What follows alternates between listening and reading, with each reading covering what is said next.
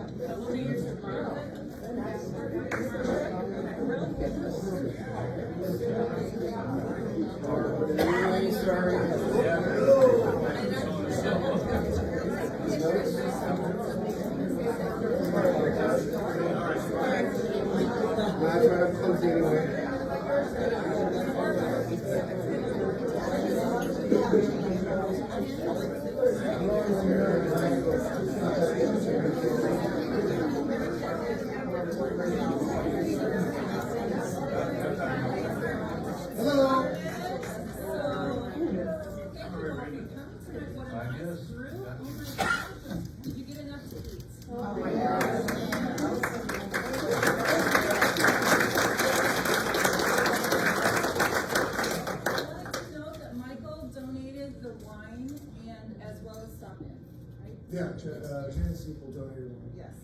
So thank you.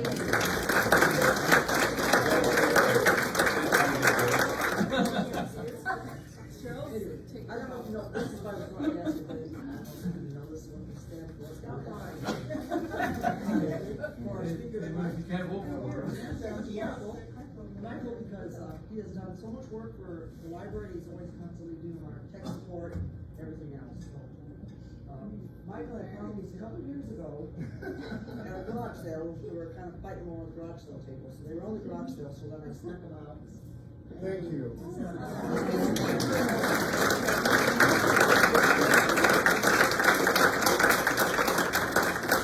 I was never lettered in high school, but now I am.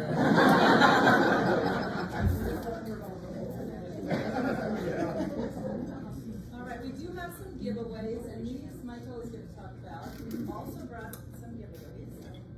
Okay. So if you don't know, I'm a retired Air Force, so I've gone to the base, and usually on base, the tourist store, they have some really cool stuff. Unfortunately, it's not printed on these, but the gal at the desk said that she thought they were handmade from Yugoslavia. So I'm sorry they're not stamped that way, but they are glass, they are beautiful, and so we're just going to give them out. So, do I have 500? No, what dare you? The first winner is Kathy Jones.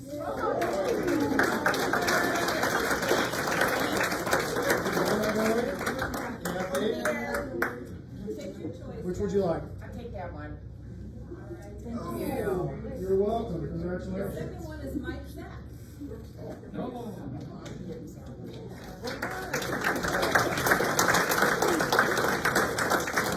Do what I do. I have the peanut M&Ms that go great. We have so many nice people that another one that helps us is Keith, and he created these little wine holders, and supposedly, well, we have done it. You can get them to balance so it looks like your wine is floating in the air. We didn't do that tonight, but we're giving out 4 of these, and Keith made the wood and stopped and invited the wine. So, and I'm going to give one to one person, and then there's 3 back there. Phyllis Karpashek.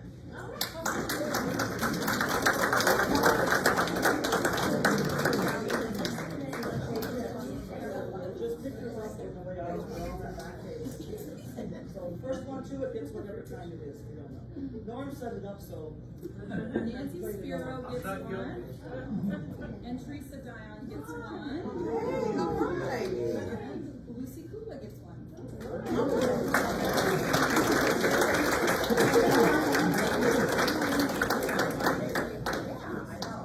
That's great.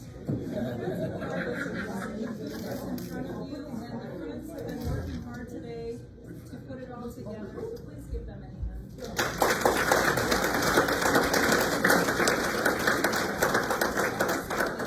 Cheryl and Lucy. Lucy brought the food to the place. Cheryl's been working on this for a couple of weeks. She sort of talked Michael into it, or they have a certain relationship. Thank you.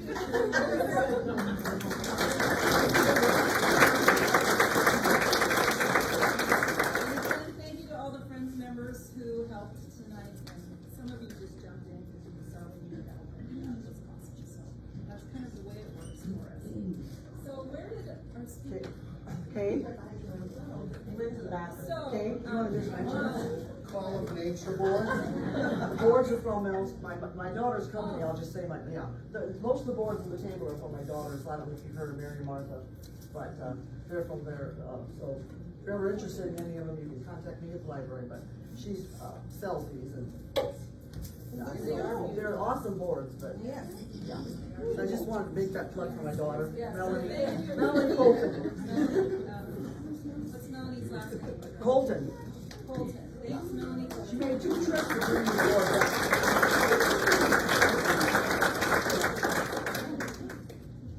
So without further ado, I'm not going to say a lot about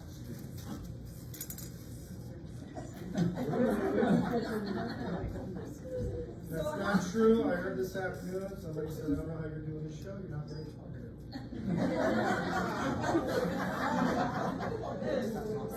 Oh my God, I cannot believe my cousin just laughed out loud. Michael has been so helpful to us. He is definitely so generous to the library, and I know he's generous to a lot of other groups in town, and so we all appreciate him so much. And so without further ado, Michael Lachance. Good evening!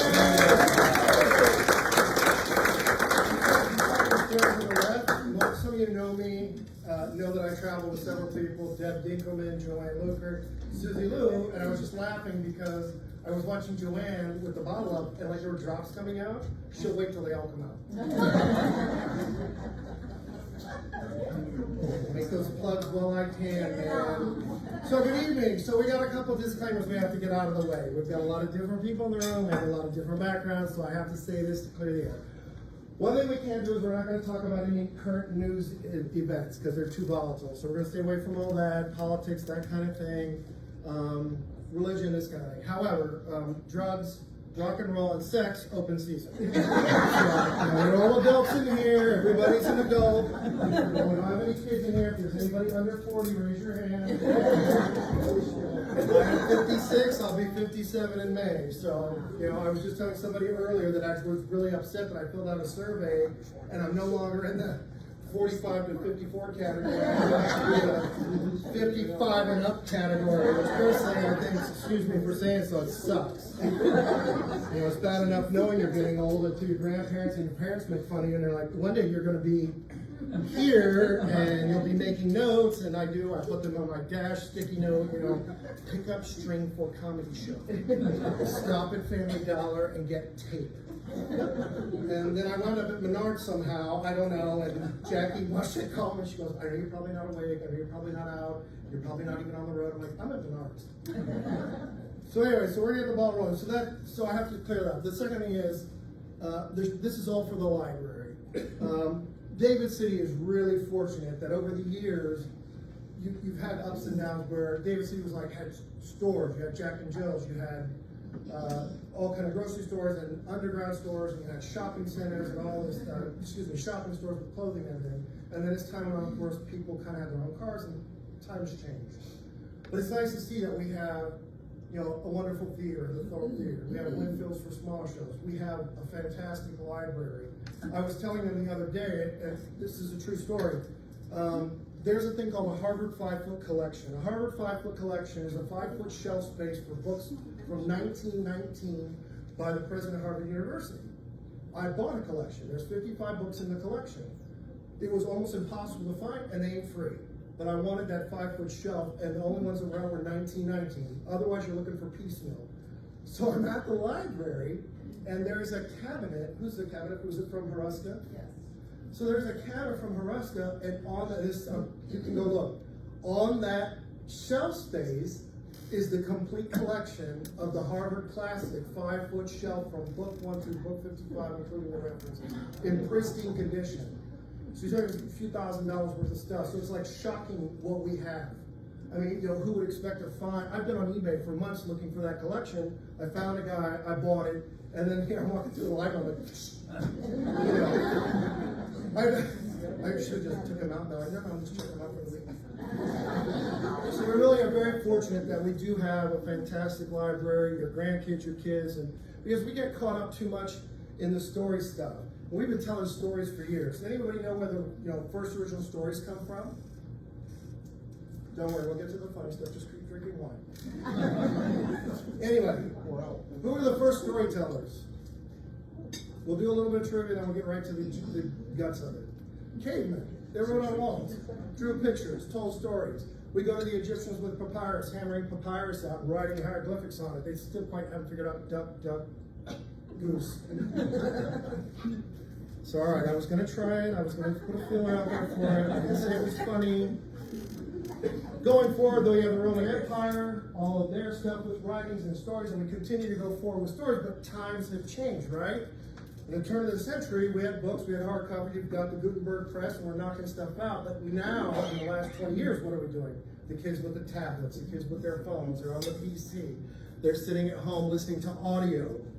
And so things have changed quite a bit. So what we're going to do with this comedy show is we're going to talk about stories through time. And I'm going to tell you some stories about family, which they're here tonight, so I'll point them out as we go along. Speaking of, only in Nebraska, this is for my cousin. I forgot it. I was supposed to trade her because that goes a lot with me. If I do a computer job, I trade for fruitcake. So she made me fruitcake, and then I owed her sausage. Here's your deer meat. That's the truth, right? It's a great barter system. Yeah, so, we talk about all kind of things going on with writing stories and everything else. I'm not originally from David City. My mother is from David City, Beverly. Unfortunately, she's no longer with us. But I do have to share the story how she met my dad and got married. My mother, she's not talkative either, but she was with a bunch of the girls in the car. They were driving to Meade, Nebraska. And my mom actually hit my dad with the car. So, yeah, Florence Nightingale effect. So, my dad, though, is not an American. He's French-Canadian. He was in the U.S. Air Force, and so it was kind of like my grandpa. I don't know how many know my grandpa, Arlie Haskell, phenomenally hardworking person, basically traded metal, and actually literally for a time traded furs, which would be unheard of. I don't think many people could fathom that there'd be somebody out there still trading furs to this day. Grandpa used to trade furs. He actually had we still have a receipt book in the house, but it said furs, metal, and something else I forget. I just thought, wow. So Dad and Grandpa, so they eloped. They went to Yankton, South Dakota, got married, and then went to Miami, Florida. That's why my hair is like this. They went with gel. Okay, so I brought notes because normally I don't do notes. If anybody who my comedy shows, I normally don't do notes, but I did bring some notes. I have to have them for a couple things. I only got to rehearse once. I was just in Florida at Universal Studios, and so I'm broke. If you've been to Florida, it's just like, oh my gosh. So I'll take a quick peek at my notes, then we'll get going. If you have questions, please hold it to the ears. Okay, so, and I have this. Let's do this first. Where is done? So this is what's left.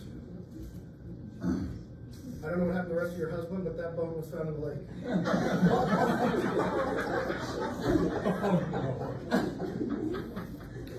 Tom said give it to you, he'll talk to you later. I don't know.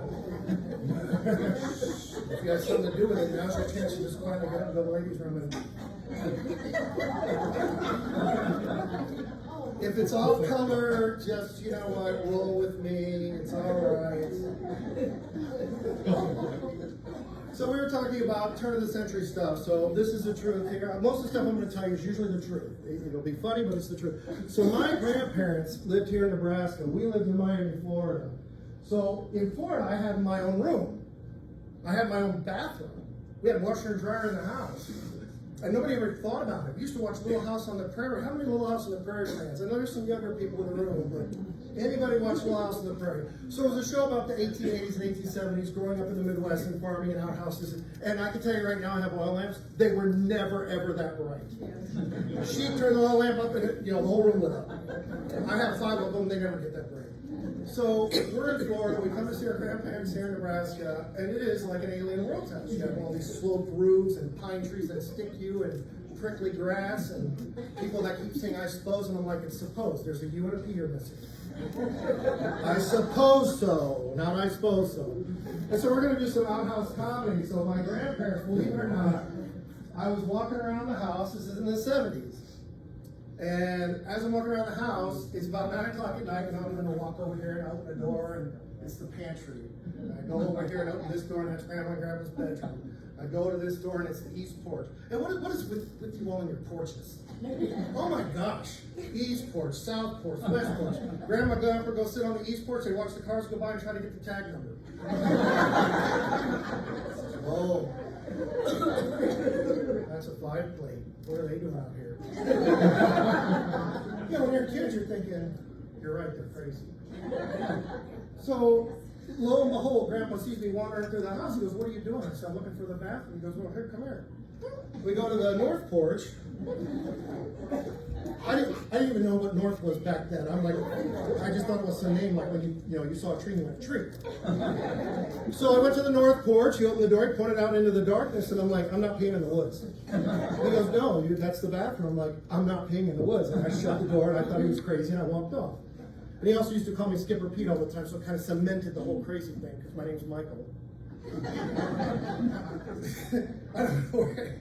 So, anyway, about 10 minutes goes by, and I'm frustrated. Finally, I go to Grandma. If you can't get Dad to tell you, go to Mom. And Grandma says, what are you talking about? So she leads me to the door. And I'm not peeing outside. Grandma goes, we have an outhouse. You have to go outside and use it. I said, what is an outhouse? It makes no sense to me. And so she walked me out there, and there was this wood building. So you can imagine the shock. I'm like, I'm not gonna sit there.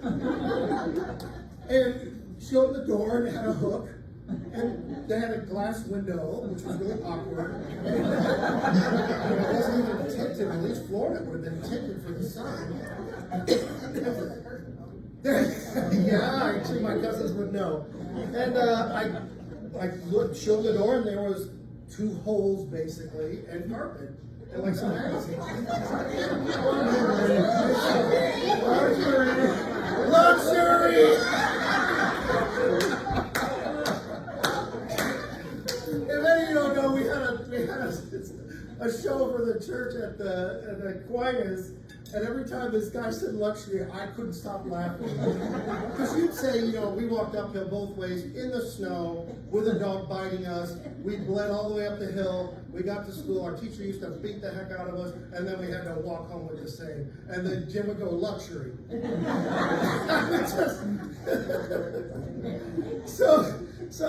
And you sit down, and how many of you have done outhouses? Like literally. Okay, well, this is the 70s. It's not 1870, it's 1970. 1977. And so you can find it grossly disturbing if you have to go in there and put your pants down and expose your bare end in some hole. I didn't even think of spiders. I was probably a little prissy as a teenager, like, what about the bugs in the dirt? My grandma goes, we've been using that for years. So I thought, okay, I sat down, and it was the most disgusting experience of my life. Because the carpet apparently had been wet at some point. And what happens when wet carpet dries and you don't clean it? It's Nebraska football turf.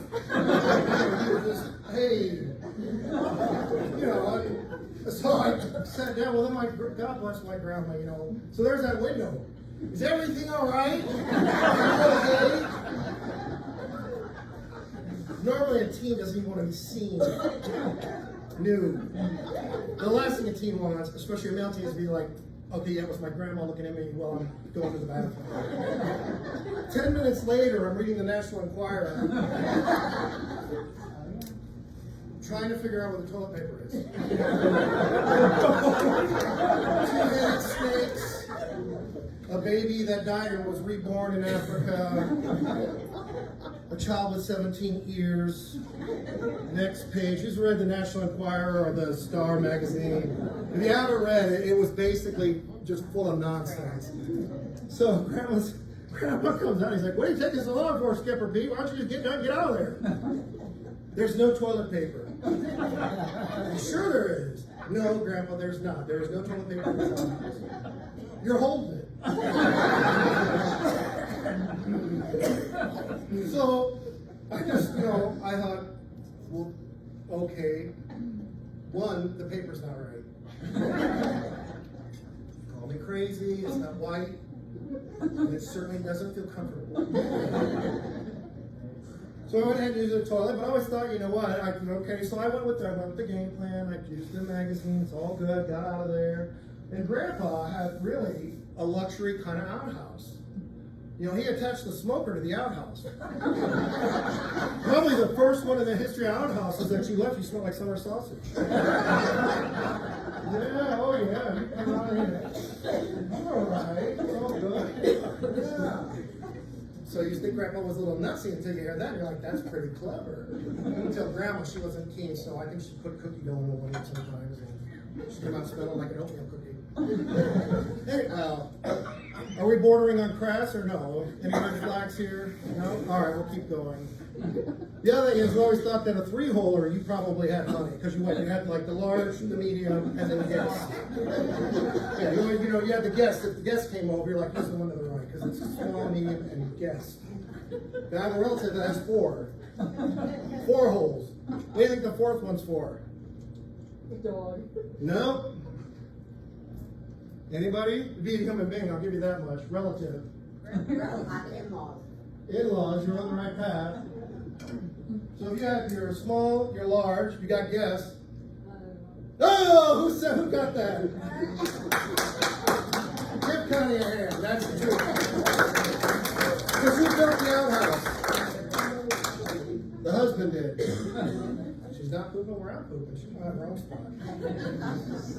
Well, what about the days about phone calls, right? How many of you have phones, right? You don't want to go to the bathroom because what? I hear the water. I can hear the water through the phone, right? Cell phones today? Are you in the bathroom? You're not talking to me while you're going to the bathroom, are you? I'm like, no, I'm in the outhouse, so I'm not going to tell them. I'm like, no, you didn't hear me flush. Right? I'm in the outhouse, you didn't hear me flush. But you always think about that, right? Who wants to practice a little showing me with some old phones? Yeah, let's do some old phones. Let's see, okay, here we go. This is mine. This is a local. Here you go, Jim. You just hold that. Hi, Jim. How are you? Good. Yeah. Hey, listen, I got another call coming in. Hang on a minute. Could you hold that phone? Yeah, just hang on, Jim. We're going to have to screen that call. I'm sorry, I'm not available. I'm screening this call. All right, Jim, it's good. You can talk to me now. Go ahead. There you go. How's your wife? Kind of good? Oh, so far. All right, good. All right, so we're screening that call. You don't want to hold that again, do you? It's like the one at the lab. Hang on, I gotta find one more prop. Oh, here we go. I forgot this. All right. Oh, who said that, Donna? Vicky. Yep. All right. Like up. All right. Since you were such a good sport, you're going on the party line. That's what you hold that one. Yeah, that's how we did it in the old days, right? Party line. Oh, there. All right. Yeah, you good? Yeah. How's your wife? I got Jim on the other line. You don't mind, do you? No, not at all. Well, party line's usually what you'd have. Anybody who had a party line before knows about party lines, right? But you didn't hear English, did you? Jak się masz, szerowisz dzisiaj? Dobrze, dobrze, yes. You heard Czech on the phone when they didn't want you to know what was being said. Grandma Haskell was keen to say, oh, if there's somebody on there, a bull hunk on there. Jak się masz, szerowisz, and then she would go off. If she's saying it really fast, she's cursing. All right, you hold that one. You talk to your husband.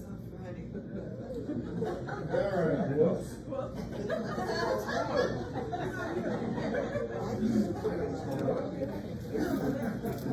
You're connected to your wife. You said I do. That should be easy enough. All right. Was he there when you got married?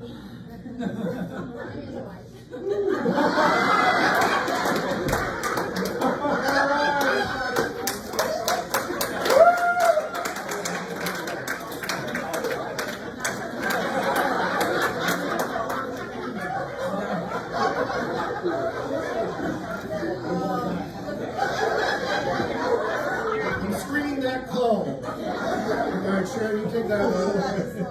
Jane. Rude.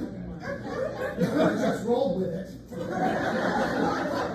see her in New York City, a comedy downtown Manhattan. Like, no, she needs to go. Tell the mob to get Vinny Bumazzo. Come here and get her. All right. Now, if you're in the outhouse, we have the long distance phone. All right. Well, you can have that one since you were kind enough to tell the truth. All right. Now, where's let's see. Yeah, that's with the extension. You see, so now we've got what? We've covered all the calls. Right. Now, here's the fun part. So in those days, how did we do call block?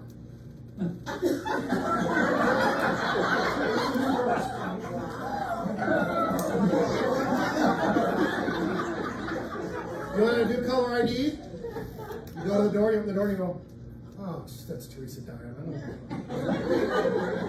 Oh. Right? You've been cut off some. I'm sorry, man, but you've been disconnected. Okay. Are you a priest? How come they had to say it?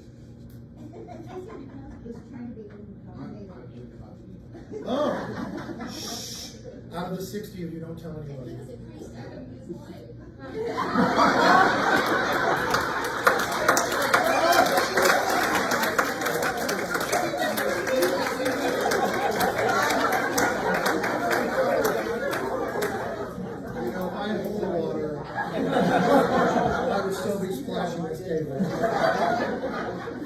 All right, now I don't remember who's connected to who.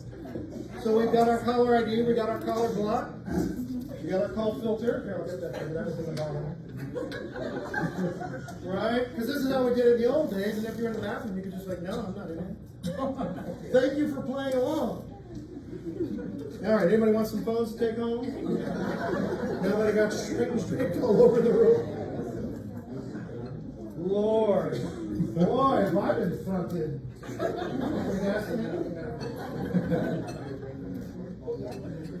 So how did you two meet? All right. Who had the higher school? Just saying that for the gods. The God. Okay. And you won the drawing?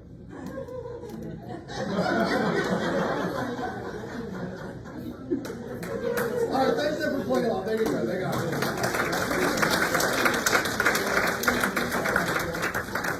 Lord, all right. Well, that worked out well. I'm glad to have audience participation, like everybody who played along and enjoy themselves. So everybody's had a good laugh so far. If you didn't know, I'm giving silver at the end of this party. So your laughing is your interest in silver. I'm literally going to give you silver. That's going to be worth at least a few bucks when you walk out this door. Anybody care to question me like they think I'm playing or no? So if you're laughing heartily, your silver value is going up. Laughing's free, people. You're not paying to laugh. So you can, like, even if the joke is bad, like the whole priest thing is. Luxury. So I was continuing. thing about family, because that's what this thing is about, right? The library has stories, and we all have stories. Every one of us has stories about our families and everything else, and some of us can relate to certain stories, some of them they can't. I have a book that's currently banned right now. Yeah, well, you know, it's not the perfect world. It's called The Witch and the Romans. Oh, that's quite a thing. Wow. So, my grandpa was a devout fisherman. Where are my fishermen at? Anybody fish? Vicky, I know you fish. John, you guys go all the time. That's one person? Seriously? None of the ladies have fished in the years you've been around? No? No? You guys in the back? Any fishermen? Well, don't be scared. I mean, I'm not going to come over and sit in your lap. You know what they say about a bald head? More air to the brain. No, God bless you. It's all good. So, my grandpa was a devout fisherman.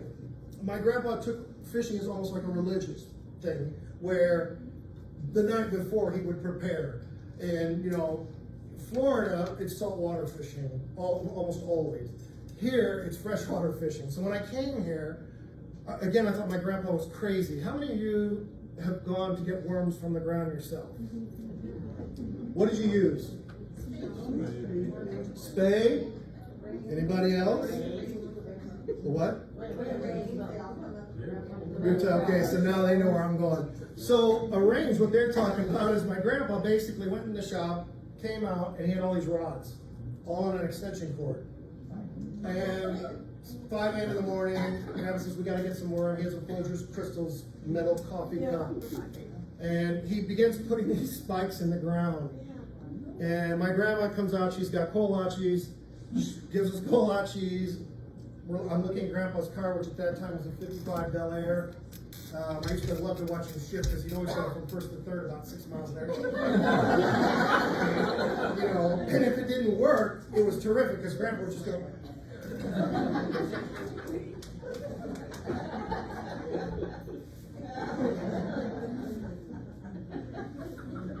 Get back in the car, and it would be fine.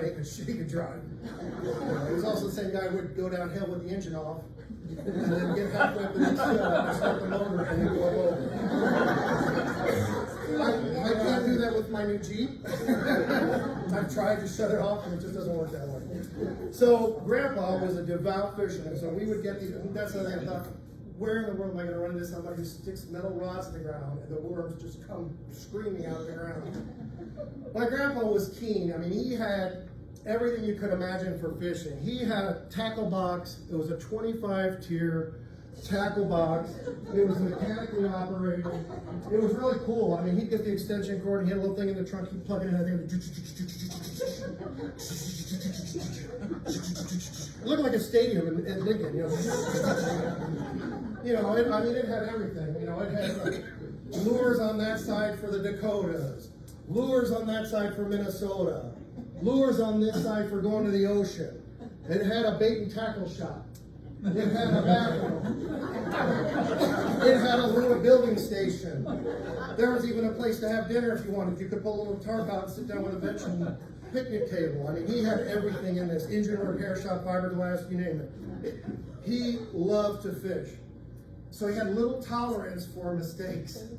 You know, if the bobber was there, it was 3 feet to the hook. If you had a leader, it was steel and it had a wire end on it so you didn't lose your fish. You know, if that was his spot on the boat, just don't even. So my grandpa had 3 sisters that Vicky can tell. So Hazel, Dorothy, Vi.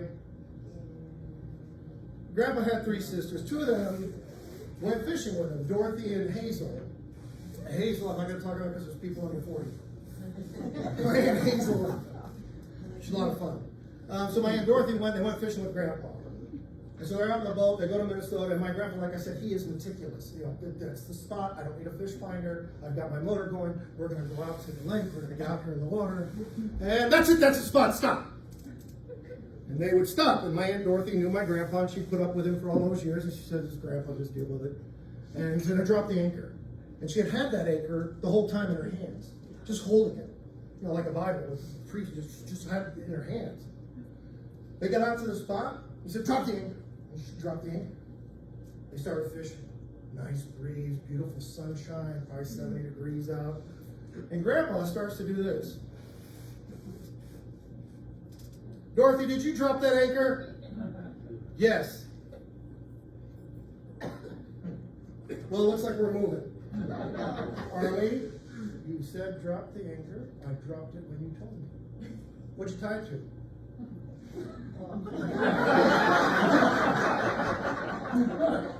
He didn't say nothing about tying a rope to it.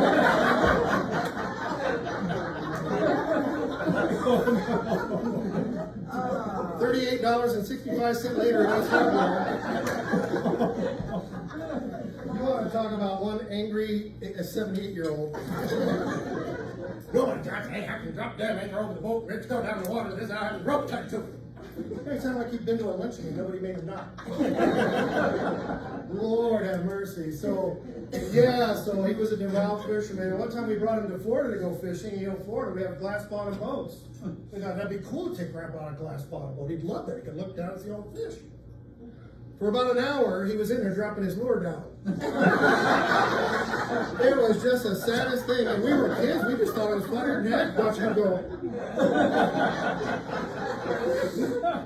And it would hit the glass and, you know, go over there. Well, it looked like it was underwater to him until it hit the back of the boat. And he'd reel it back up and he'd drop it again. Like, grab it. It's glass. It won't go through there. You go, well, what do you do if it's open and you don't have a screen? You got me on that one. I don't know how many glass bottom boats that you could actually open it like a window. And I guess if you had a screen to keep the flies out, yeah, okay. That works for you. Lord have mercy. So that, yeah, Grandma was a lot of fun. Grandma was a lot more fun because she kind of held the reins on most everything. You know, Grandma made the coffee, Grandma baked the food, and if he said anything, she'd go, I don't know, Linda might be able to tell better, but my grandma Haskell's, no, she just didn't test Grandma. We'd gone over to the neighbors one time at Czech farm. We're kids being kids. We had sneakers on. We ran off through the pig field and cow field. And the poop got all caked around our shoes. So our house is 1898 that we still have here in David City. So it was just board and then like thin carpet over it. So the front door was open here. And chunks of cow crap are just. Arlie! How's that bringing us manure in the house? Yeah, we're from Florida. We didn't know what manure was. I mean, I had horses, but I didn't pick it up. Lord, so yeah, so how many of your grandpas, grandmas are kolache bakers? Yeah. Deb Dinkelman did me a big favor one time. She cooked kolaches. There was a gal from the Hastings, Nebraska, and I'd gone to the Macy's Day Parade. I'll just show this real quick. And I met the CEO of the Macy's Day Parade, and the guy he was dating was from Hastings, Nebraska. And she said, if you could get me kolaches, I would just, anything you want, I want a job. So Deb made me all these kolaches. We overnighted them to Macy's, and I got to thank you. You know what it took to overnight flipping kolaches to that? You know, it's not like they were going over to McCook, Nebraska. They were going to, downtown Manhattan Macy's. Yeah, no, thank you. I thought, you will never see, I will pray to the kolach God. You will not see another kolach for the rest of your days. Lord, yes. So, I forgot where we're supposed to go now.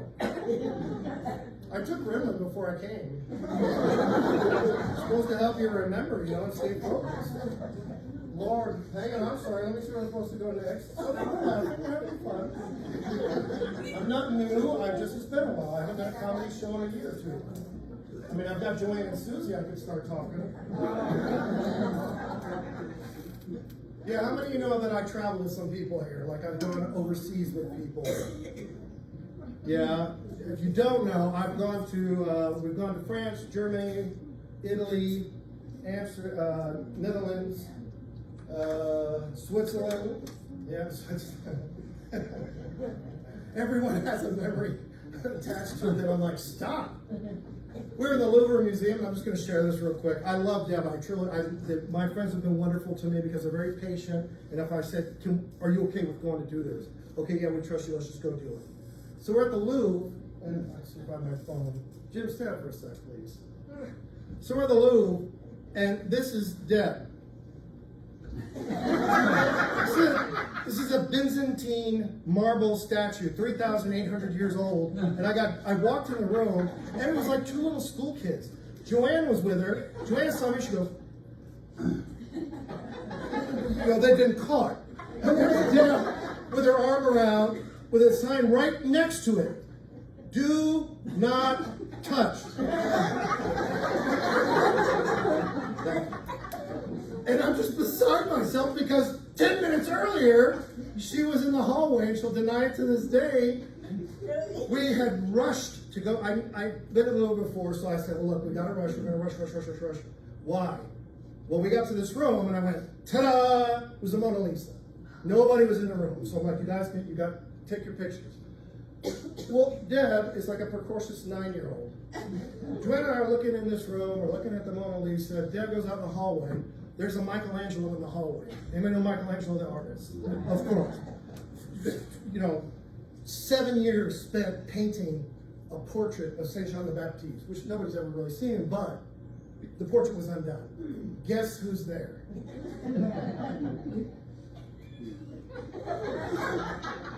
It's the Louvre Museum.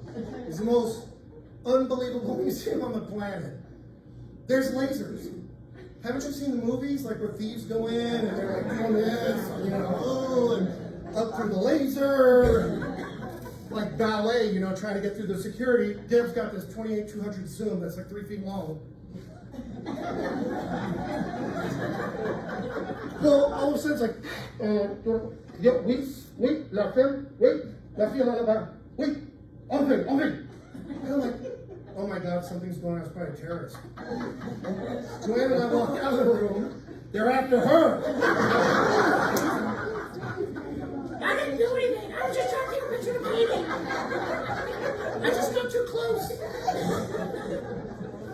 Should be like in the police department doing a news report, right? You got 200 pounds of premium Bolivian blow cocaine. I'm just looking. I just want to get a close pickup. No!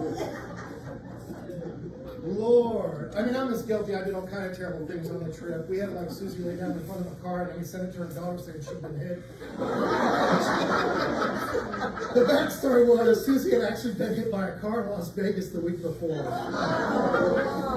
And so we were in Ostia, this little Italian town, and Susie's like, hang on. Hand in the air, we take the picture, we send it to Candace, we're like, your mother's been in an accident.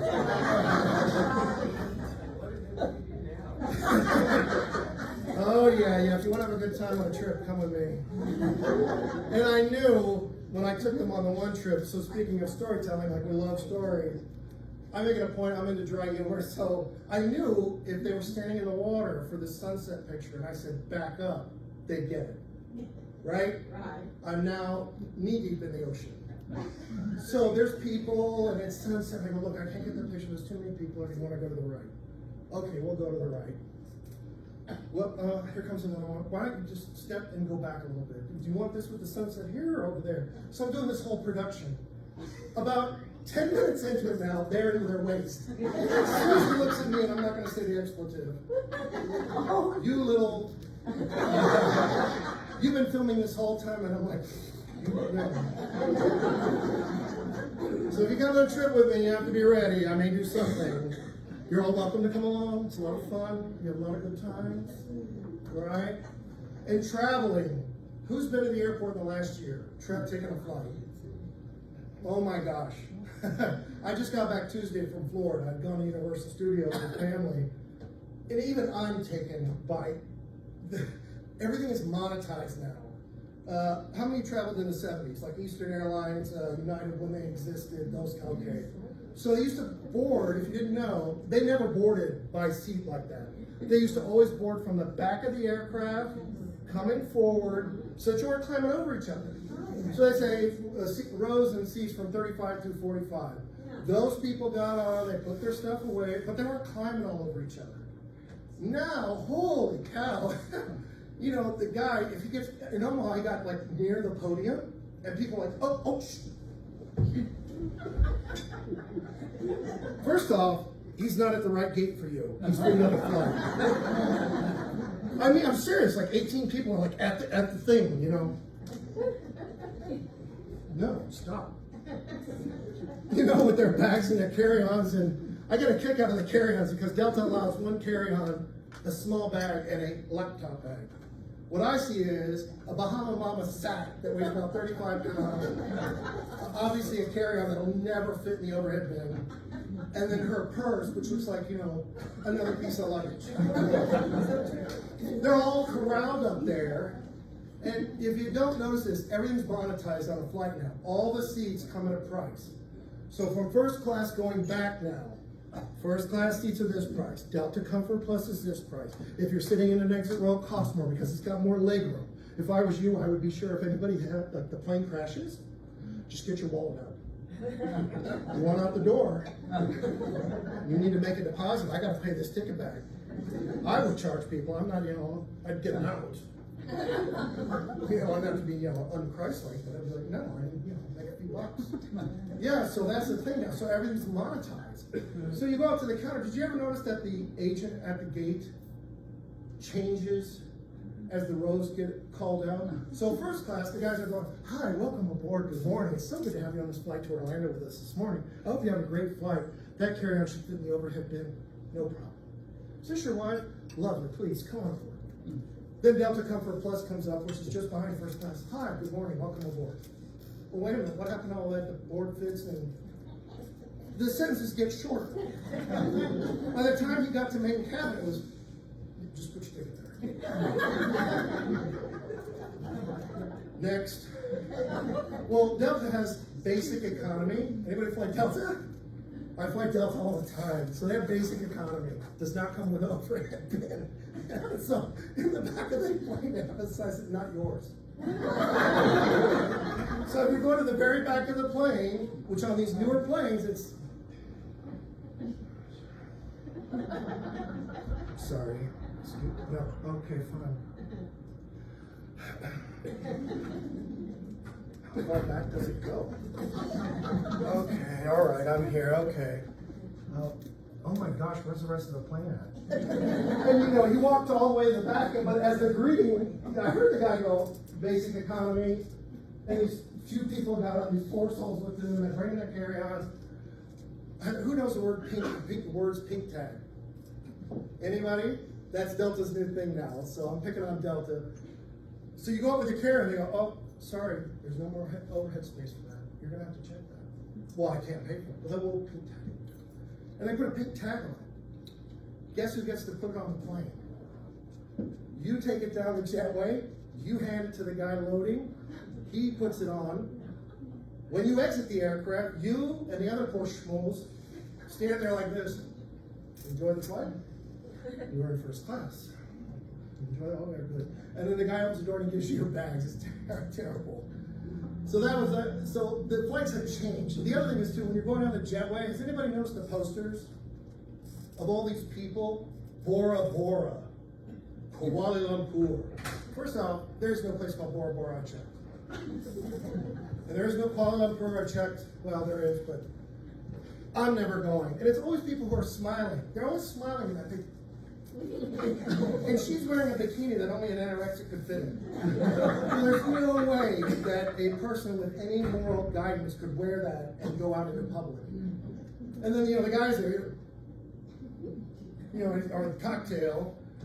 I want to see pictures like, you know, when you go like Omaha, if you're leaving Atlanta to come here, I want to see like, you know, McCook, cornfields, and a guy standing there with like coveralls with the shorts cut off and his legs hanging out. I want to see the wife in a bikini made out of like what is it, a quilt? Like a flower pattern bikini, right? With flower written right here. Wouldn't that be cool?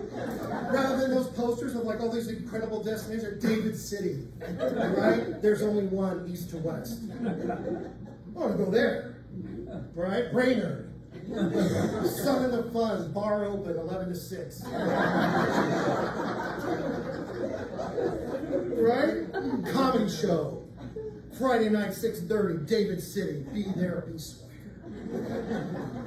That would be great to walk down the general, because half those people probably go, what state is that in? That's why Gene Hackman's not allowed here anymore. You know that, right? Gene Hackman is not allowed to stay in Nebraska. Who knows why? He is not allowed in the state. Anybody? Yeah. No.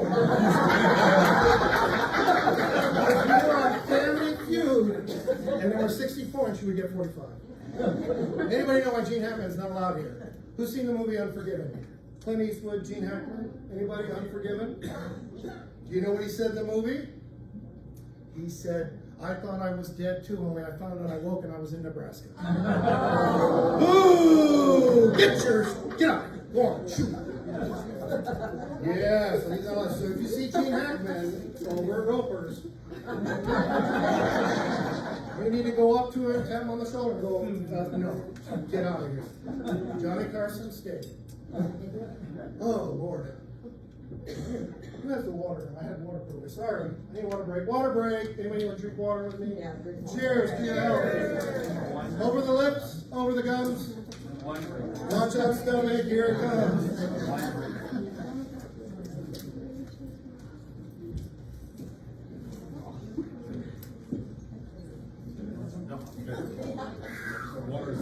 Catch my breath. I'm losing weight. Not really.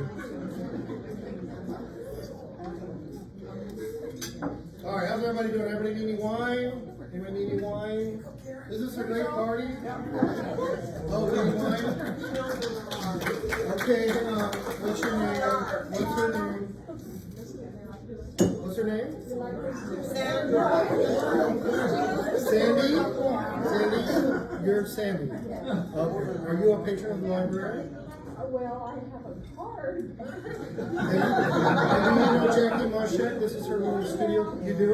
Okay, because you just poured that wine. There was some left all over the table. Oh, no, I dropped it inside the dish. So you put it in handmade sauce. Oh! What?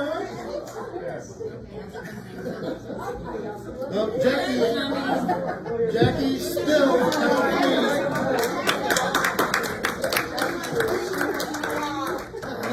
Jackie, table 43, spilled.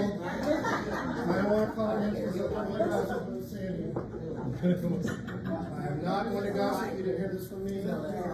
Yes, and dry and red. Anybody want any brownies? Anybody hungry?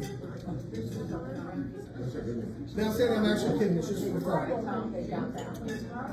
All right, so what towns do we have represented here today? Who's all David City? All right, what about Brainerd? Let's give the Brainerd people a hand.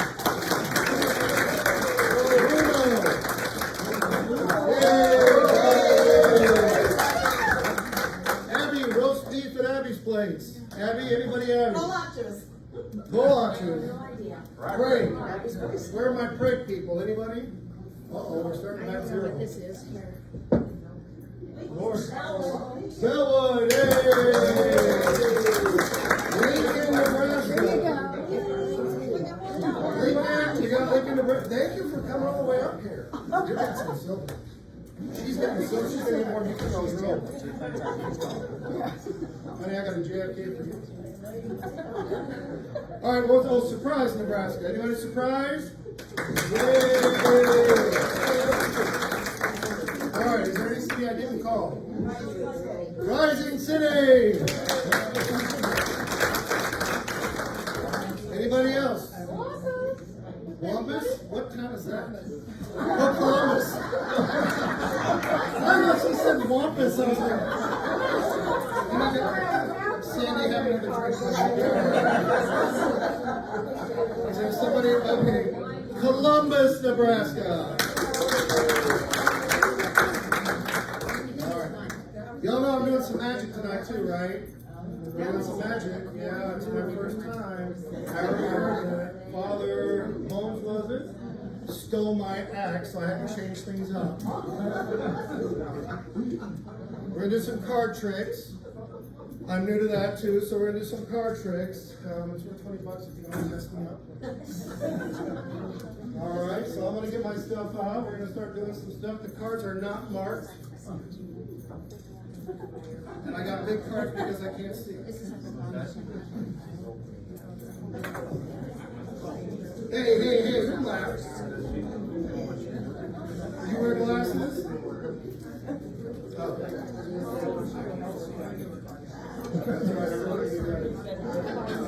Okay, we're gonna get rid of the joker for the magic trick. We're gonna get rid of the other joker for the magic trick. Alright, so what's the rule like? If somebody's supposed to cut the deck, who wants to cut the deck?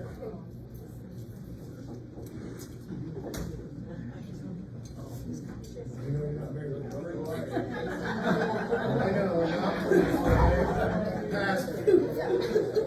Anybody needs a blessing, $35, he'll see you at the door. Alright, we're gonna cut the deck one more time. I'll let one of my cousins do it. No. If you were lazy like I were lazy, oh worldly would you be? Okay, we need to shuffle, right? Should we do 52 pickup? Boy, no.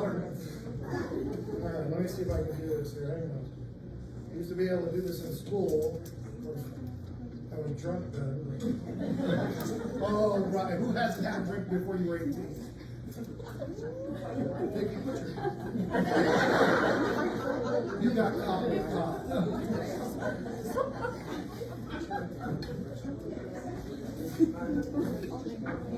Alright, so I'm not supposed to, but I'm gonna do it anyway. I'm just gonna do a quick thing.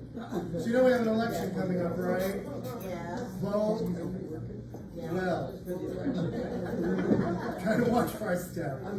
I know who I'm voting for, but I just say vote well. There are a lot of people that play, look at their histories, look at what they might bring to the table, because there's a new mayor who wants to run, right? A lady.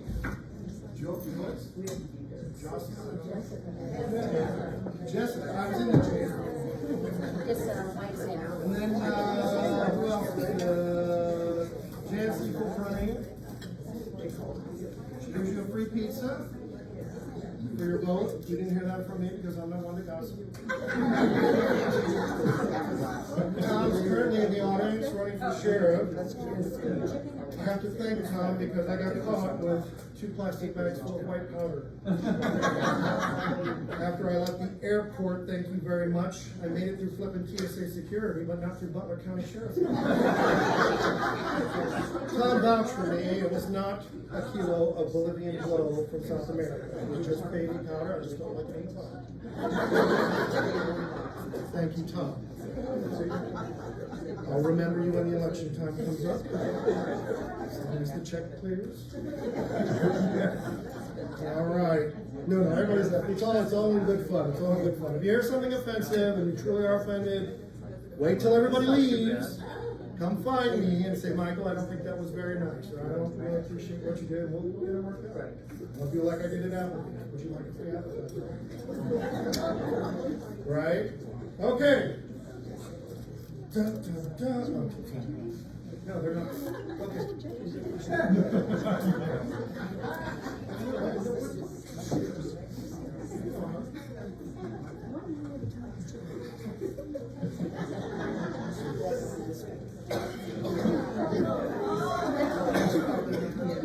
Oops, I'm so sorry. The suit has slipped out of my hand. All right, so who do I go to pick some cards? There's 60 people. Cheryl. Cheryl, Earth to Cheryl. Honey, you keep looking left and right. I'm up here. Lucy, why don't you just get another bus? Cheryl. No, glass now. Oh my, are you okay? She's like, I said, sure. She goes, what glass? Sorry, I won't talk about you. You're here. No, we're not going to pick on hair. That's not nice because women will leave here and say terrible things about you and they will come true. I learned that lesson in New York. I did a comedy show in New York City. It's a true story. I did a comedy show in New York City. It was in an underground club. And I usually don't have a plant, but this time I did have a plant. This friend of mine, Jim Cooney, was sitting all the way in the back. And so I come on stage, And it's the real deal. So there's a spotlight, and when you're cued, they'll do the spotlight twice to start, and then they flash it twice to tell you, within a minute of your closing, you tie things up. So I start telling something funny about Nebraska. For the first 30 seconds, and I'm into body movement. So if I hear, shoes shuffling on the ground, people being nervous, chairs shifting in their place on the wood floor, people are getting frustrated or they don't find it funny. 30 seconds, first, nothing. No shuffling, no chairs moving, no shoes moving, no glasses tingling, nobody raising glasses. I was standing on stage. 30 seconds you can get through. 2 minutes later, nothing. So my friend Jim is in the back, and he's like, keep swinging. They'll start laughing. Somebody laughed, and I was just, thank God. And then it all opened up and we were okay. I'm like, well, maybe I should get the cards out. You have drawn the witch. No, sorry, these are just playing cards. All right, so who wants to draw a card? Barb. I should have known. This is a pet day. You know that Barb shoots cats and dogs? What? Anybody doesn't know Barb loves pets? I love pets. You wouldn't know it though. Somebody said, did you have hip surgery? And I said, what does that mean? No, of course not. I go, well, your dog looks like it's joined. Rude. My dog is not with me 24 hours a day, 7 days a week. She does not go everywhere I go. She's not here now. Ow! No, she's in the library actually. Probably pooped all over that conference room. If I get Beth Kloster, they'll give me a call tomorrow. These kids that donate that room and there's brown spots all over the carpet. All right, Barb. Pick any card.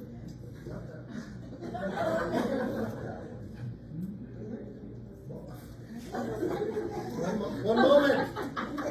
Stop. Gosh, people are vicious. I feel like I'm at that club again. I was like, eventually they'll say something funny, or we should just pay our bill and go.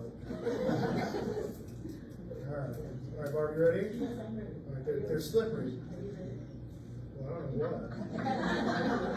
I had a girl I said on a date once, and it freaked me out. What, to pay the bill? All right, show it to your friends.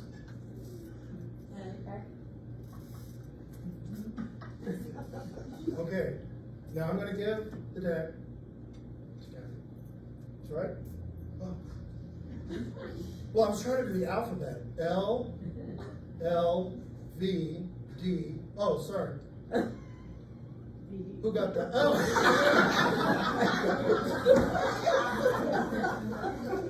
Now that was not intended. I can say A, B, C, D, E, K, C, G, L, M, N, O, P. All right. She's got to put the card back in the simple way now. Look. What? But thank you. Hello. No, not anywhere. Put it on the top where I can easily get it.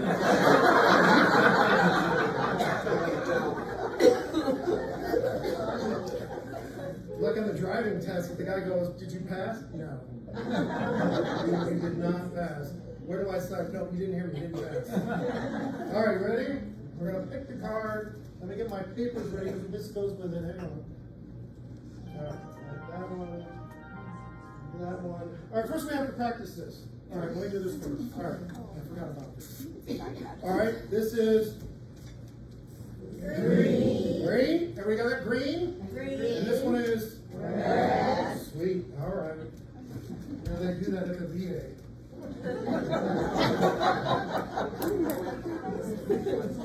If you got that joke, if you didn't get that joke, I'll be waiting for you outside. I went for a colonoscopy a couple weeks ago. Now, hang on a minute. I'm not trying to be crass. This is the funny thing. So it's the VA, right? So I go for the thing, and I'm actually supposed to get my throat done. And the VA has had a disruptive history over the years of certain VAs like doing bad things. Like one guy was supposed to have his right knee amputated, and from the left knee down, he literally got amputated the wrong way. So now I had knee surgery, and I had to write R. Again, I'm telling you the truth. I had to write the letter R on my leg. The doctor came in, he goes, "We're working on your right leg." And I went, "Green." And we're going to cut it off. I'm going, "No, it's a scope. Don't cut anything off." Yeah, so that's those of you who didn't get the VA joke email, so I'll tell you too. All right, now we need to find Barb's card, right? Barb, you remember what it was? Kathy, remember what it was? Are you sure? Okay. You're like the dog in the back of the head. I thought you had a heck of a time in math class.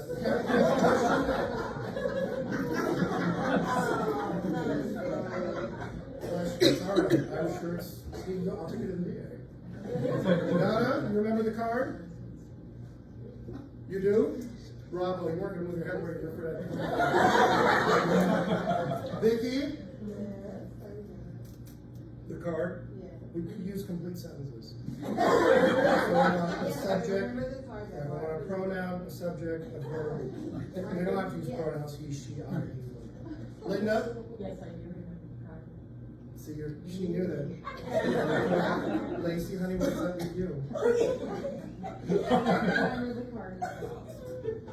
As well at the end. Kind of like a daily participle or something like this. Yeah, all right, well, we know where you are. Lizzie, what's going on back there? I have no idea. Well, there's some chatter going on. Who's your friend? That's Deb Dinkelman's daughter. Oh, wait, I'm sorry, hold on. Oh, you're in trouble now. Oh. Are you really Deb Dinkelman's daughter? I know, but not publicly. I'm Michael. It's good to see you again. You're so sweet to come from Lincoln all the way here. Well, I was already here, but you're welcome. I wasn't going to tell that part because your dad made a comment about what time the show would be over. He's watching my kids. That's exactly how, okay. All right, who wants me to finish this card trick and get on with this silliness? Now, I will swear you, I will be right 100% of the time when I pick this card. How many believe that? Tara heard the left. Is that you, Sharon? What do you got, bobblehead like her? You don't do that at the bank when I make a withdrawal. Yeah, the bank, she makes a withdrawal, she makes $45 from your account, now leaves you with -3. Why don't you do that at the bank when I'm making a withdrawal? All right, Sharon, so what? You think I can draw the card? So funny. Sure? Oh, you people make me nervous. Couldn't possibly take a trip with you. How many of you know that Joanne Luker pushed me in front of an ambulance in Switzerland? Oh! How many of you have seen the video of Joanne pushing me in front of an ambulance in I will say, well, no, because you did it there too. Yeah, well, no. I don't want to tell that story. She did. She was being sweet. She heard that in Switzerland, people have right-of-way. So I don't have the video. Some of you have seen it. It's 5 o'clock in Zurich, and there's a train in front of us. There's cars everywhere. And about, I don't know, according to Joanne, it was 3 miles away. Greg and I feel that if the lights are flashing on your phone, it's probably closer. It is like, and in the background you hear Joanne go, just go, they have to stop. Just go. And we're on the curb, and I'm like, what are you doing? And the other train can't go, there's an ambulance going, it's miles away. It's just like, oh my gosh, stop. And there's a train in front of us. What about the plane? They have to stop. No, you know what, I don't think the train has to stop. I think the train's gonna go, yeah, so, Joanne's a lot of fun on a trip, really. She's a good sport. She tried the same thing in Italy with Susie, I almost said Susie Luker. Susie Lou. Where is Susie? Oh, she's in the house. Susie? No, sorry, I didn't cut off. Yeah, so we were in Italy and we tried the same thing, and I had my phone filming this time, and I got her a second time. I was like, Joanne, stop pushing me. I'm not pushing you. And then I fell and like the bump. All right, this card trick, we need to get this over with, right? Where's my sign? This sign will tell me this card is. I wrote this before I got it. Barb, do you believe that?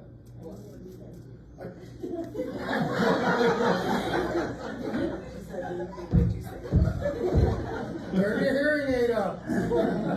Okay, I wrote the card that you drew on this.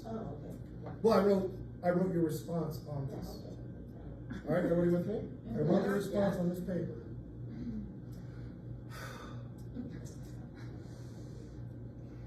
I'm just channeling. No, that's not it. No.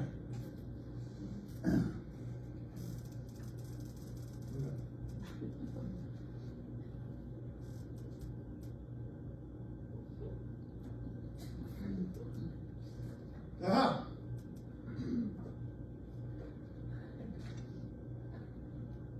This is your card. Anybody got any money?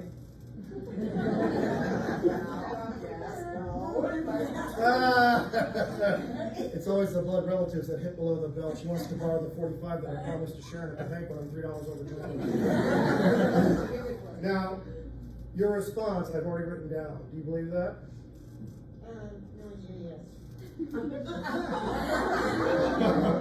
Oh my gosh, that was like the first time you said I don't talk a lot. Ow, below the belt. All right, you ready? Is that your card? No.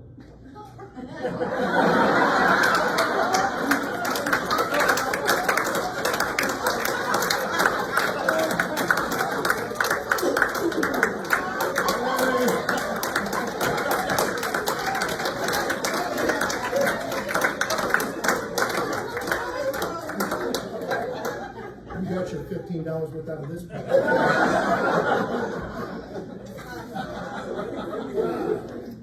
Who was expecting that? Nobody? What? Holy cow. Hey, who brought the Southern Comfort? I know, I was thinking around and found it for you. That's right, you've been so good to me since my squirrel died.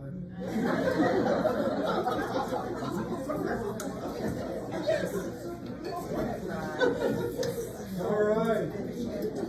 Now, I want everybody to pick. Who doesn't have a York peppermint patty? I forgot about this. But we're gonna go back. I need to hand out York peppermint.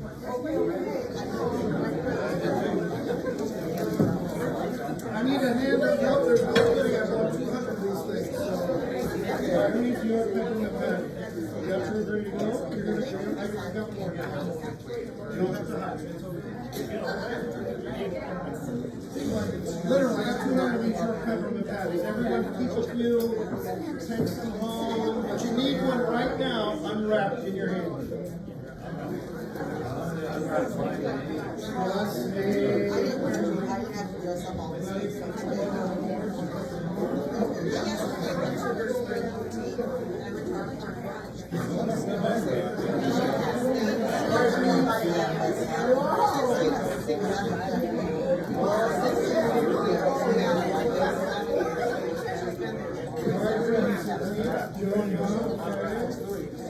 Yep, have it in your hand, and it's got the magic for that. Everybody, that's just like same for the kids. I got another bag. I'm sorry. Here. Honey, reach for the bag here. Go ahead. You're here. Hold this.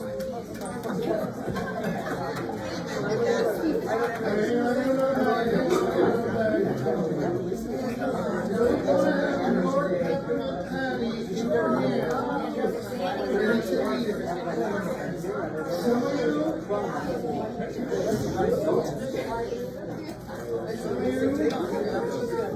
will get it. Others of you are going to look at me and think he's done it. You wonder why she's trying to get it. All right, who needs it? Cindy, you good? Good. That's all right. I need who wants some extra?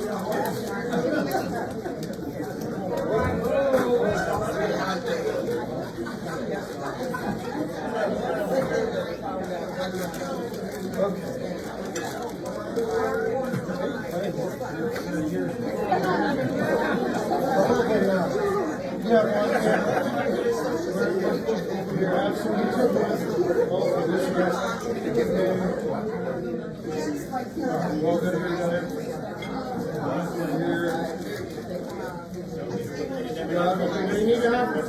Everyone should have their notebook patty in hand, outside the plastic.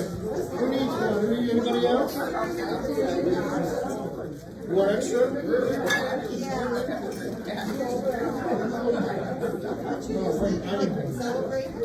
Alright, I got mine. Alright, I'm going to give you what they did to us at the Sistine Chapel. Silence! This is a church! You cannot be talking in here. We were at the Vatican a couple years ago, and at the Sistine Chapel, we walked in, and about 3 minutes in there, and I have tinnitus bad. There's paintings everywhere, it's all marble, and some guy goes, "Silence! This is a church! You cannot be talking in here!" So 400 people stopped talking. And then slowly but surely, of course, what happened? And up. Silence! This is a church! You can't be talking in here! So then I was like, how many times are you gonna do that? My tour guide goes, he's gonna do it every 5 to 10 minutes. Okay, well, I'll be outside. I don't have my glasses, I can't even see the Lord God touching man. So. I mean, the ceiling is like 80 feet. You know, and everybody, don't use your phones when you got people walking around going.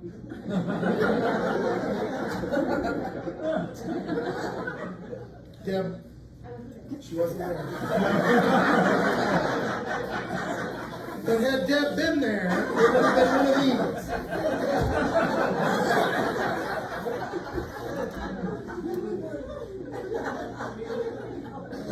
Deb, I will say this one quick in the New York pepper bag. Deb does an ice skate, right? We're in France, we're at my friend's house in France, Sophie's a wonderful friend of mine, with her kids. We get the ice skates. Deb does an ice skate. Joanne's gonna video. I'm trying to get shoes that fit, and I'm getting into a match with these guys. I speak French, so we were going, you don't have anything bigger than a 14. No, that's the biggest we have. It's like having a dinosaur. We don't carry it. First off, dinosaurs don't wear shoes. Okay? Secondly, we have 8 teams in the United States. Yeah, well, you have basketball. You have people with big shoes. Fine. So Deb, who does an ice skate, is out on the ice with Paul and Camille, my friend's kids.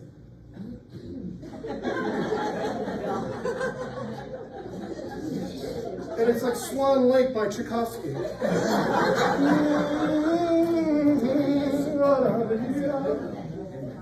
I said, Deb, I thought you were ice skate. Well, it's been a while.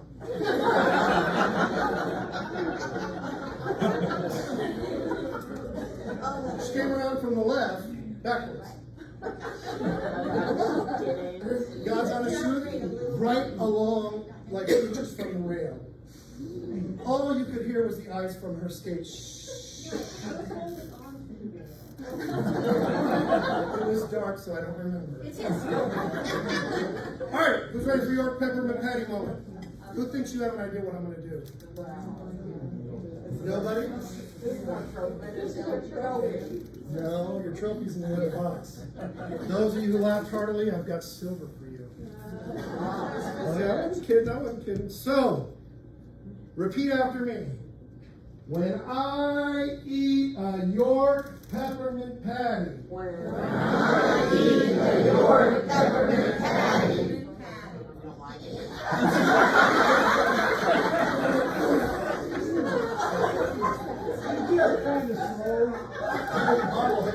sit together. No, I'm only picking a cat. It's all good. No, you said you'll talk to him just like you did. All right, applause for her following instructions. All right, we're ready for the second half. Who thinks they know where we're going with this? When I eat a York peppermint patty, anybody over 50 should know where I'm going with this. I'm disappointed, but I get the cool sensation of sitting in an outhouse. Come on. With a cool breeze wisping across my butt.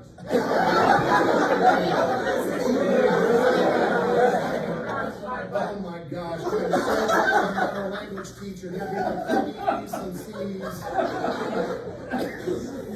In the Alps. Ta-da!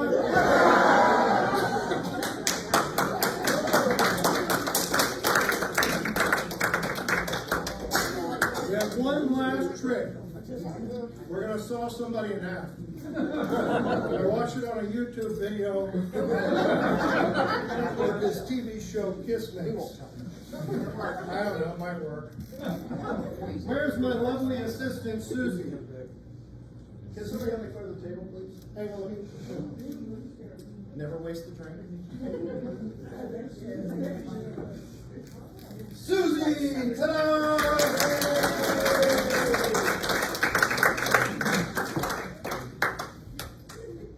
Let me get my books. They got everywhere I said. Hang on, let's get the phones ready.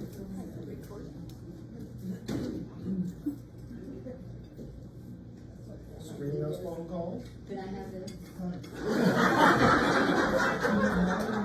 Maybe your last name. Here's one of the stories. So, talk about drinking.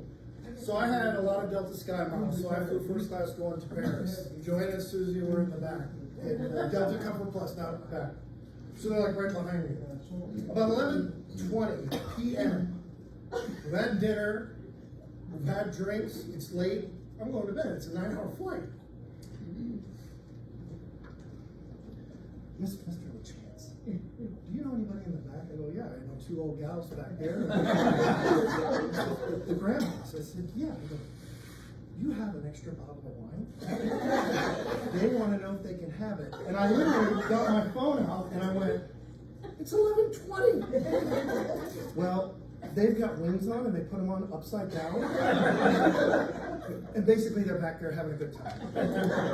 And they don't have any more wine left. And they want yours.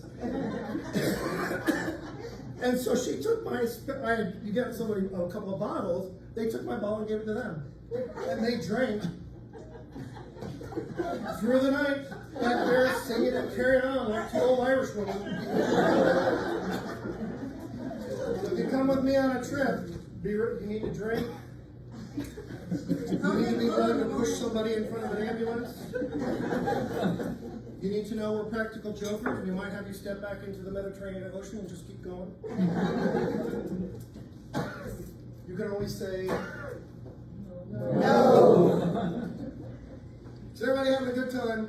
Yeah.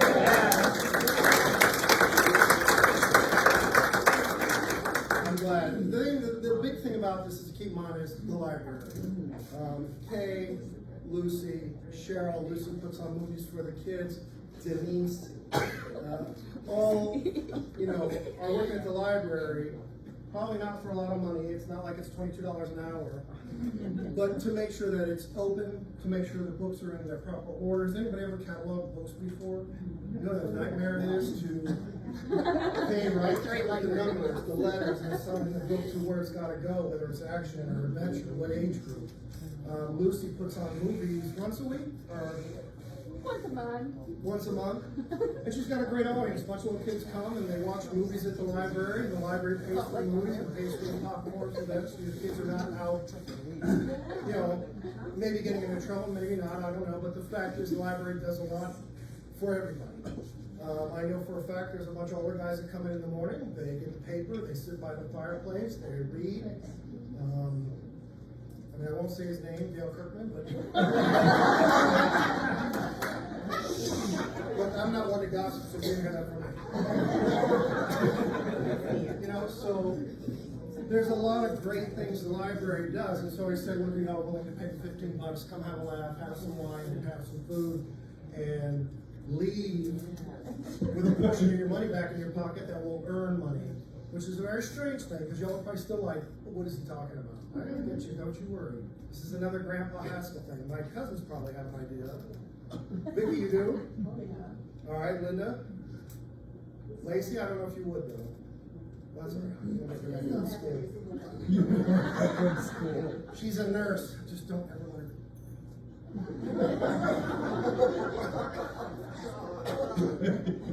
This is a true story too. I left an MRI.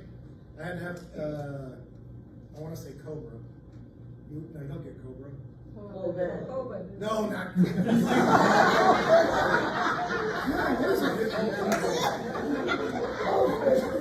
Fucci or whatever his name is. No, thank you, Connie. Holy cow. You get contrast. So they give me the contrast. I won't say who it is. I really won't, because it would be nice. So I leave. I go to Burger King. I'm starving for, and I'm like, I'm just getting a hamburger. I pull it. Hang on. I got a shot. Black is slimming. So I stop, I got a hamburger, and the little girl at the window, she pushes her leg on the thing, the window, she goes, oh, are you all right? Yeah, just give me, I just want my hamburger. She goes, okay, well, if you're sure you're all right. I'm like, I'm all right, what is this? She goes, well, your arm.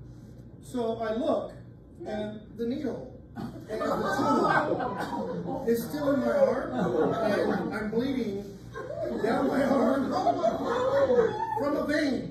Gray and red into my dash, into my shin guard. I'm like, oh. So I got my hamburger. Oh, not my hamburger. I got my hamburger. I drove back to this MRI place, which was not the VA. I walked in, and the girl goes, "Oh, you're all right, Mr. Chen. You can go." I'm like, "Really?" I forgot that. I'm like, no way. You told me, Santini, when you're making $8 an hour, I happen to notice that I'm bleeding all over. Now, for $5, I'll tell you outside. Okay, who wants to hold my soul? You know, you've been on for quite over here. What's your name? Don? Knotts? Now, if you don't know, he may look like Don Knotts. You know Andy Griffith? See? Alright, you do look like a little like Don Knotts. You got the jaw. Yeah, alright. Don, can you hold my saw? Alright, just hold that saw. You okay to hold it for a minute? Alright, you wait, I'll be right back. Alright, so Susie, we're gonna cut her in half. I watched the YouTube video carefully. Yes.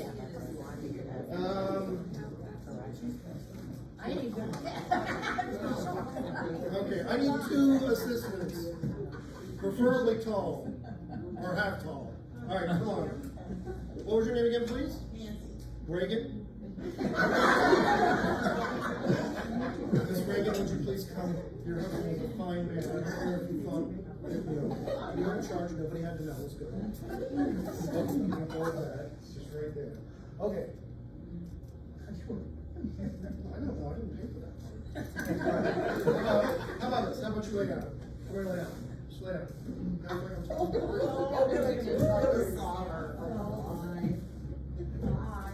Look, there isn't one on the carpet yet. Worry wards. Lift your head up. Everybody applaud my lovely assistant, Susie.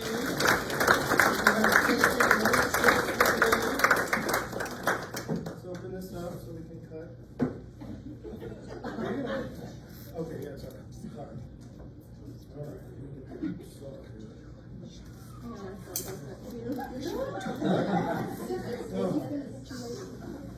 Sorry, I was just kidding. Hang on, one more Southern Comfort. Thank you. I don't know about this so much.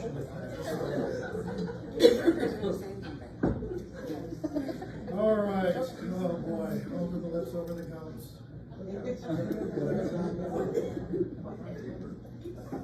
That's really cool. All right. Oh. Don, can I have my stick? Now, Don, don't do that, because then you'll cut yourself. And just don't. But, have you? So I just want to know if you think that's sharp. Not So that part, okay, you think that's the real deal though? That's, okay, all right, let's see, we'll get just one more witness. All right, make sure this is, we're not playing around here like they did at the Aquinas. We're showing the real deal, okay? All right, what do you think? Is that the real deal? Bless you. Is this your wife?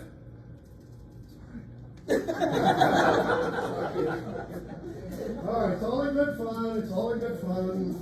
All right, I need the two other tall people, two more tall people, two more short. Somebody's got to hold this up. Who's got their phone? All right, go ahead and take the call. We'll wait. No, go ahead. It's all right. Give us something to talk about the next time we do a show. Okay, are you gonna go? Okay. So Kay's gonna hold that end. Are you gonna come help? Bless you. So I give them an amen.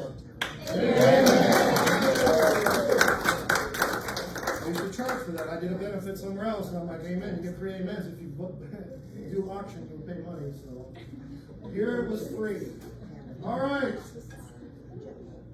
We are going to, Susie, are you there?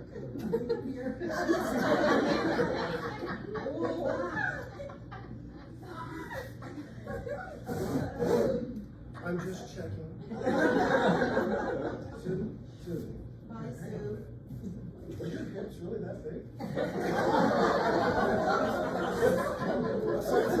It's the box. Stop. Be nice. She's married. We don't want her husband hearing any rumors. All right, we'll put that one there. We're just going to go without that box since we've got the electric. Oh, it's not you. You want me to move further down? I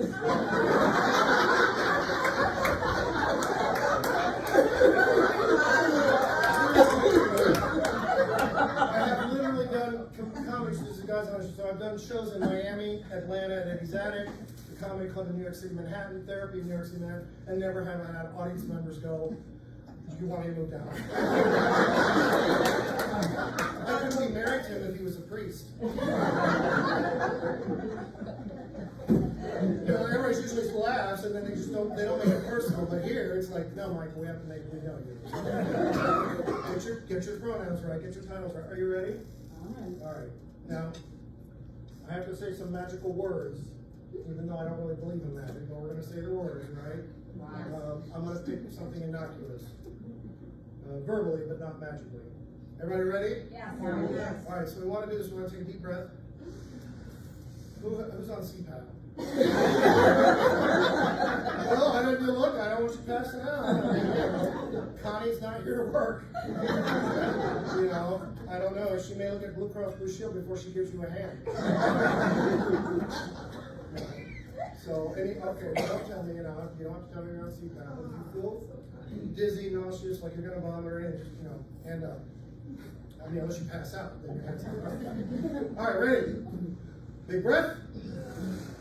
Let it out slowly. We're going to keep our calm, and we're bringing the good and positiveness of this experience to cut somebody in half and then separate them for your view.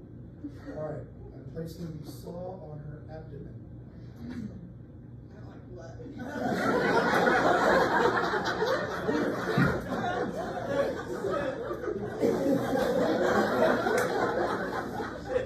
I know y'all need to get home. Like 3 minutes ago, didn't I say I was in Atlanta, Miami, New York?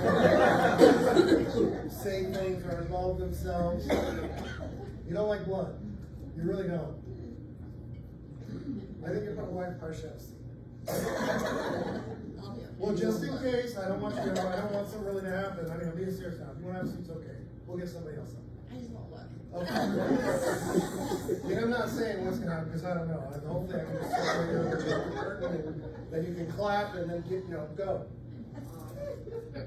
You all right? Oh, all right. I need 30 seconds.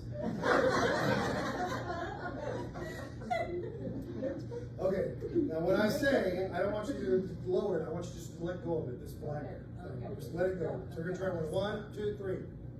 Okay, put it back up. Well, you all could look the other way. I don't mind chiming in every 5 minutes about every other fact. All right, ready? Can I touch that part? All right. Michael, something's not right.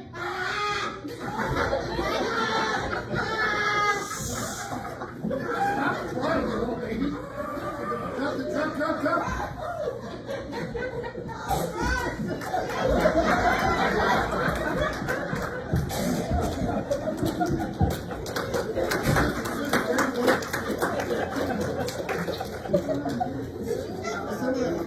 Her just leaving is not. Wow, she actually just left. I don't remember telling her that. She was supposed to go to the door and turn around and come. Lucy, do you want to go like just check if she's like really okay? Is she gone? Seriously, yeah, she was supposed to stop at the door. She's bleeding. Okay.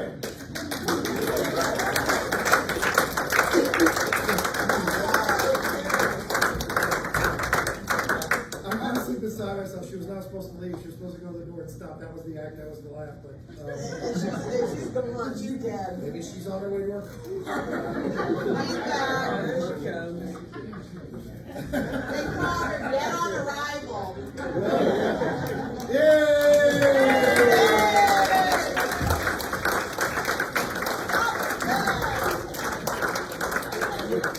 Okay, so we're gonna wind things down and bring it to a close. Just check my notes. I'll make sure to dot my I's and cross my T's. Give people money. All right, well, that's good. Give people money. Okay. Okay, so I'm gonna give money out. Oh, see, now everybody's like, oh, he was serious. He is giving silver. I know, he's giving silver coin. So here's the gist of this story. My grandpa, every Christmas, or at times when he felt like there was something special, would give us JFKs. So they were considered kind of a well-wishing, to say goodwill to you, goodwill to your family. And Grandpa would give us them at Christmas and birthdays. It was a very big deal. And so most of us, I'm pretty sure, we've kept our JFKs. Some of them were 1776, so they're a little special. Some of them were just the regular JFKs. So here's the kick in the pants. These JFKs are 80% silver. So their actual value is not 50 cents. Their actual value is $4 and change. I checked this evening. Yeah, not a bad deal for 15 bucks. Just got $4 off. So I'm gonna take this around. If everybody would please take a coin. And now this is my thing with, well, I do this with my show, so it's just saying, I wish you well this evening. God bless you, and thank you for coming. We'll hand this out. Some of you, I'll hold it. Don, you go first. Pick a coin, any coin. I bet you I can guess what that one is. It's a JFK. Yeah, so thank you all for coming. Let's be sure to thank Jackie Mashak.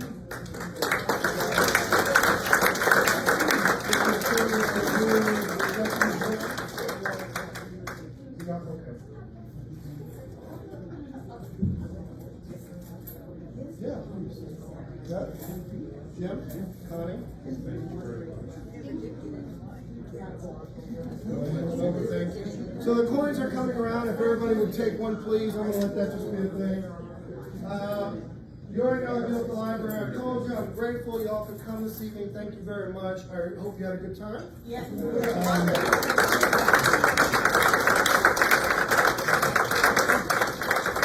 I was gonna start the show. Usually I go around to audience members and I do a bit of like Don Rickles and go, who did your hair? If you're not gonna call that person, I will. But I didn't do that. I wasn't gonna pick on anybody tonight. I actually had a couple people that were like deeply concerned that we were gonna go after. I'm like, no, I wouldn't do that to you. I am thankful you came. What's that? No, I'm glad you did. Oh yeah, because if you were gonna start, I was ready to go after you. I was yeah, it was the glasses was my first start. Your mom babysat for my husband. Do what? Your mom babysat for my husband.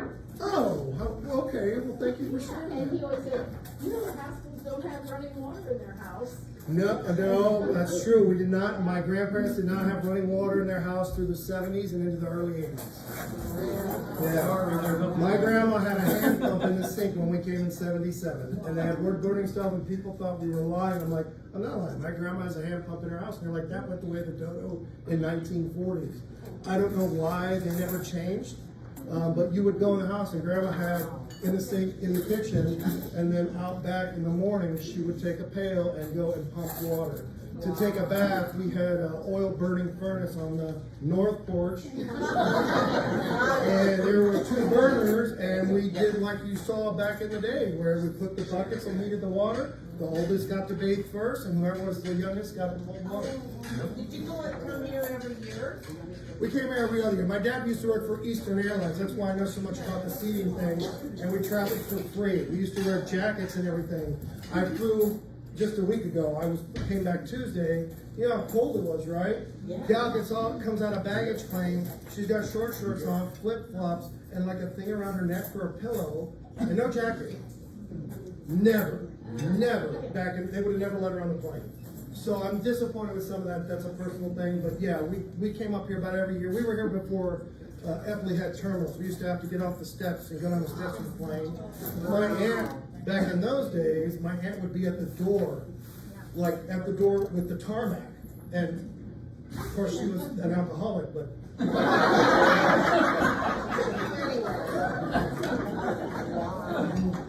what?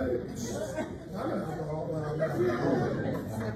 Yeah, so she would be there literally at that steel door, and she could stand on a tarmac and wait. Nobody thought a thing about it. But thank you for sharing that. That was very sweet. My mom was a neat lady. She passed away a couple of years ago. It's been tough because you only get one mom. So for those of you moms in the room, I would definitely say give you a round of applause.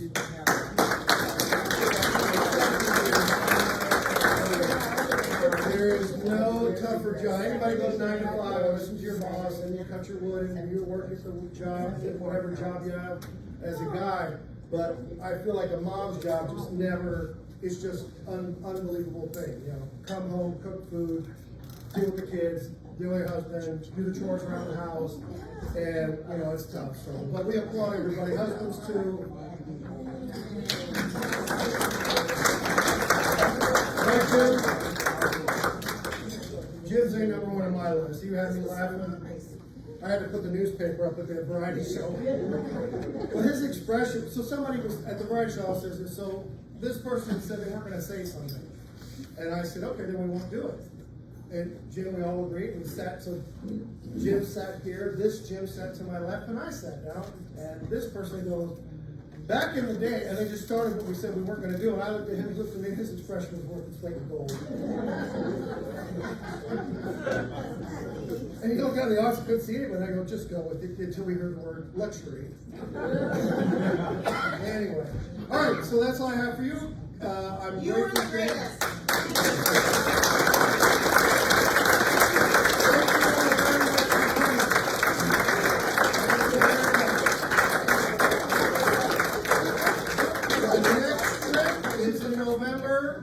Friday, Black Friday, we're looking to go to France, to the Christmas markets in Strasbourg. Deb's been, Joanne's been.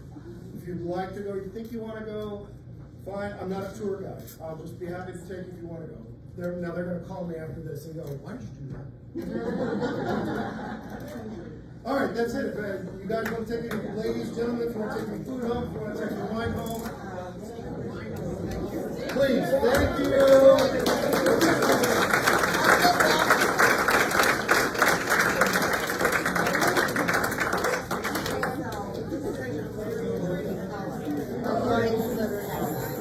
Who did not get the point?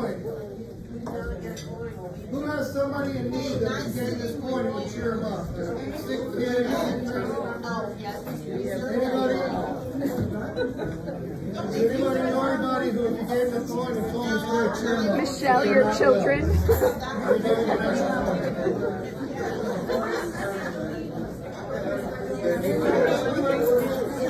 Lucy, did you get a coin?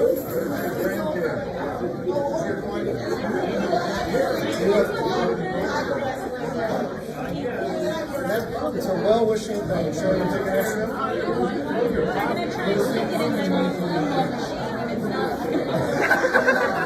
No, it's not, I'm afraid. Don't tell them to hang on to it though. If it's $4 in silver, they might make their money later. Anybody want an extra coin?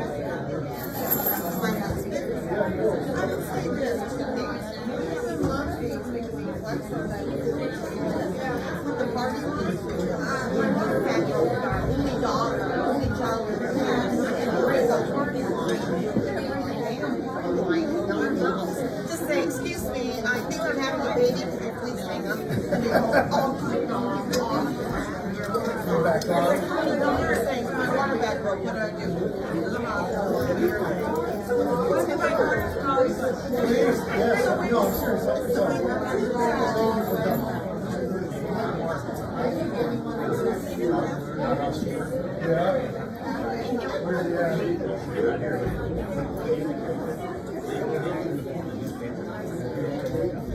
Oh my gosh, no. Now, I've heard the story, but I wouldn't believe that. Yeah.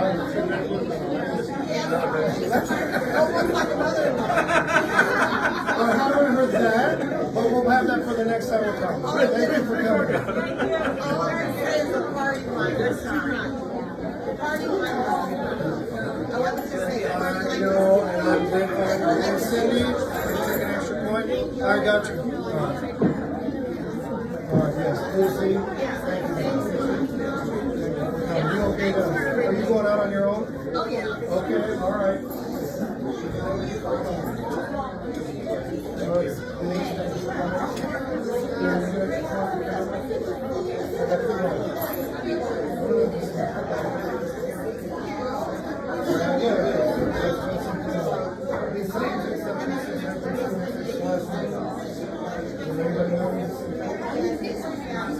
Okay, all right. I got one centennial left. One. That's a 1776 and 1976. Yeah, 80% silver. Oh, you take the extra. Here, you got somebody else who could use one? That's what my grandpa did with us. Always gave us one for Christmas. Did you have a good time? Yeah, grandpa was a boy. Look! Why did you throw that over us?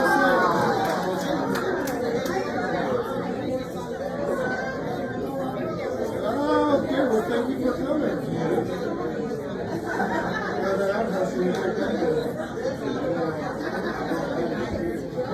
Yeah, well, and it's funny, she was my mom babysitted. She did it, we didn't have her anymore.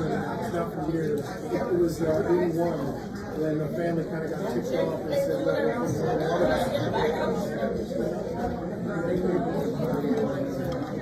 Bye.